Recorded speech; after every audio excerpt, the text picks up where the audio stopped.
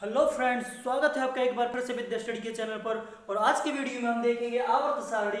आवर्त सारणी में जो एलिमेंट है, जो तत्व हैं, उनको हम याद करने की कोशिश करेंगे एक ट्रिक के माध्यम से, जो कि जबरदस्त ट्रिक है। तो देखिए, हम देखते हैं सबसे पहले थोड़ा सा इस आवर्त सारणी के बारे में हम जान लेते हैं कि एक्चुअली में आवर्त सारणी है क्या और ये कैसे काम करती है और इसकी आवश्यकता क्यों पड़ी हमें। ठीक है, तो सबसे पहले हम देखते हैं आवर्त सारणी यानी तत्वों का जो वर्गीकरण करने के लिए, मतलब कि जो पहले तत्व थे कुछ ज्ञात थे, ठीक है, तो उन तत्वों को वर्गीकरण करने के लिए एक व्यवस्थित पीरियोडिक टेबल की आवश्यकता पड़ी, मतलब कि जिसको व्यवस्थित रखा जा सके। ठीक है, इसलिए जो वैज्ञानिक थे, जो साइंटिस्ट थे, उन्होंने एक सारणी बनाने की सोची। तो इसमें आवर्त सारणी वैसे होता क्या है, क्षैतिज, ठीक है, क्षैतिज पंक्तियां होती हैं और कुछ ऊर्ध्वाधर होती है। क्षैतिज को हम क्या बोलते हैं, आवर्त। जैसे कि आप देख रहे हैं इसमें क्षैतिज में होती हैं ये आवर्त, मतलब की पंक्तियां, तो इनको आवर्त बोलते हैं। जैसे कि ये दिया है, ठीक है, ये इस तरीके से 7 होती हैं, 1 2 3 4 5 6 7, ठीक है, यानी कि इस टेबल को कितने 7 आवर्तों में बांटा गया है। और ऊर्ध्वाधर कॉलम को क्या कहते हैं, हम वर्ग कहते हैं। ठीक है, जिसमें कितने हैं, टोटल 18 है। अब बात करते हैं ये कब से स्टार्ट हुई थी। तो सबसे पहले बात करते हैं 1817 में जो वैज्ञानिक थे डेवोराइन ने अपना त्रिक नियम दिया। उन्होंने इस नियम के माध्यम से बताना चाहा कि हम किसी भी परमाणु के जो श्रेणी में होते हैं, उनके आसपास के यानी बगल के, ठीक है, आगे और पीछे वाले के तत्वों को जोड़कर उनका औसत निकालें तो हमें वो बीच वाला तत्व ज्ञात हो जाएगा।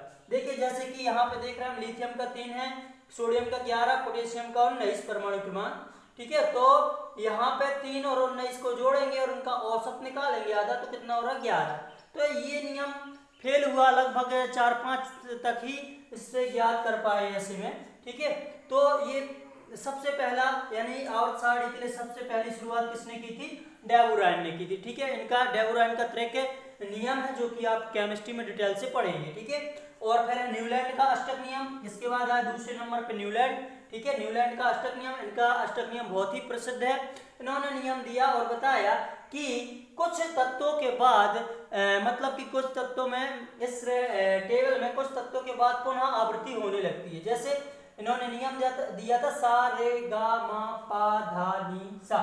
ठीक है, अब इस 8 के बाद जो भी तत्व आएगा, जैसे hydrogen, helium, lithium, beryllium, boron, carbon, nitrogen, oxygen, अब जो नेक्स्ट तत्व आएगा वो इस वाले तत्व से क्या करेगा, अपने गुणों में दिखाएगा इसको। ठीक है, जैसे कि ये आएगा फ्लोरीन, तो ये फ्लोरीन F आएगा, तो वो किससे, हाइड्रोजन के तत्व से, पहले तत्व से मिलता हुआ दिखेगा। ठीक है, तो ये भी फेल हुई लगभग उस टाइम पे। फिर दूसरी आए, इनके समय तक टोटल 56 तत्व ज्ञात हो चुके थे।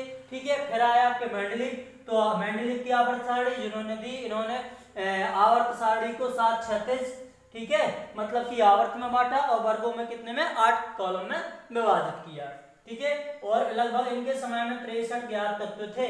फिर आए मोजले, और मोजले ने जो आवर्त सारणी दी, इसको ही हम आधुनिक आवर्त सारणी कहते हैं। ठीक है, आधुनिक आवर्त सारणी यानी कि modern periodic table of the elements. ठीक है, मतलब आधुनिक आवर्त सारणी वो किसने दी थी, मोजले साहब ने दी थी। और इन्होंने लगभग 100 तत्वों से ऊपर निकाला। अभी कुल ज्ञात तत्व कितने हैं, 118, तो इन्होंने इनकी व्यवस्था इसमें की है। तो आज हम देखने वाले हैं फ्रेंड्स इसमें एस ब्लॉक के। अच्छा, एक बात और कर लेते हैं, पूरे जो 118 तत्व हैं, इनको 4 ऑर्बिटल SPDF ब्लॉक में बांटा गया है, यानी 4 ब्लॉक में बांटा गया है। देखिए, जैसे कि हम कह रहे हैं, ये एस ब्लॉक है, यहां से यहां तक आप देख पा रहे होंगे। एस ब्लॉक के तत्वों में सिर्फ 2 कॉलम को रखा गया है। ठीक है, फर्स्ट और ए सेकेंड। फिर इसके बाद एस के बाद आता है आपका पी, तो ये है आपके पी ब्लॉक के तत्व, यानी कि इसमें 1 2 3 4 5 6 यानी कि 6 कॉलम को रखा गया है। फिर आता है आपका SPD, फिर आता है डी, तो डी में यहां से लेके यहां तक जो डिफरेंट कलर दिख रहे हैं आपको येलो कलर से, ये सारे कहां आते हैं, डी ब्लॉक में आती है। फिर इसके बाद आता है आपका लास्ट में एफ ब्लॉक, तो यह ब्लॉक लैंथेनाइड, इसको लैंथेनाइड और एक्टिनाइड तत्व भी बोलते हैं। ठीक है, इसकी अलग से आपको क्वेश्चन आते हैं, लैंथेनाइड तत्व क्या है, ये कहां से स्टार्ट होते हैं। ठीक है। तो हमारा इस सारणी से सिर्फ मेन पर्पज यही था कि हमें याद करना है एसपीडीएफ के ब्लॉक के तत्वों को, जो कि बहुत ही महत्वपूर्ण है, जो कि आज जब से आपने केमिस्ट्री पढ़ना शुरू किया है ये हमेशा आपको परेशान करेंगे, मतलब कि आपकी बीएससी तक हो जाए तब तक ये परेशान करेंगे और कंपटीशन एग्जाम में जेईई नीट वगैरह में सब में पूछे जाते हैं। तो आज हम ट्रैक के माध्यम से आज देखेंगे एस ब्लॉक के तत्व, फिर कल देखेंगे पी ब्लॉक के तत्व। तो इस तरीके से हम 2-3 वीडियो में ये पूरी टेबल खत्म कर देंगे, ठीक है। और ट्रैक ऐसी है, जबरदस्त है, तो आप बने रहिए। चलिए हम देखते हैं ट्रैक क्या है फ्रेंड्स।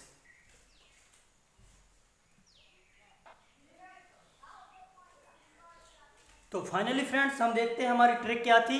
तो आइए हम देखते हैं। पहली ट्रिक है समूह है, मतलब कि फर्स्ट ए, मतलब कि एस ब्लॉक में फर्स्ट ए और फर्स्ट सेकंड ए को रखा गया है, 2 कॉलम को रखा गया है, ठीक है, आवर्त को रखा गया है। तो हम इन दोनों को देखते हैं। तो फर्स्ट ए जैसे hydrogen, lithium, sodium, potassium, rubidium, caesium and francium, इसकी ट्रिक क्या है? तो इसकी क्या है ट्रिक?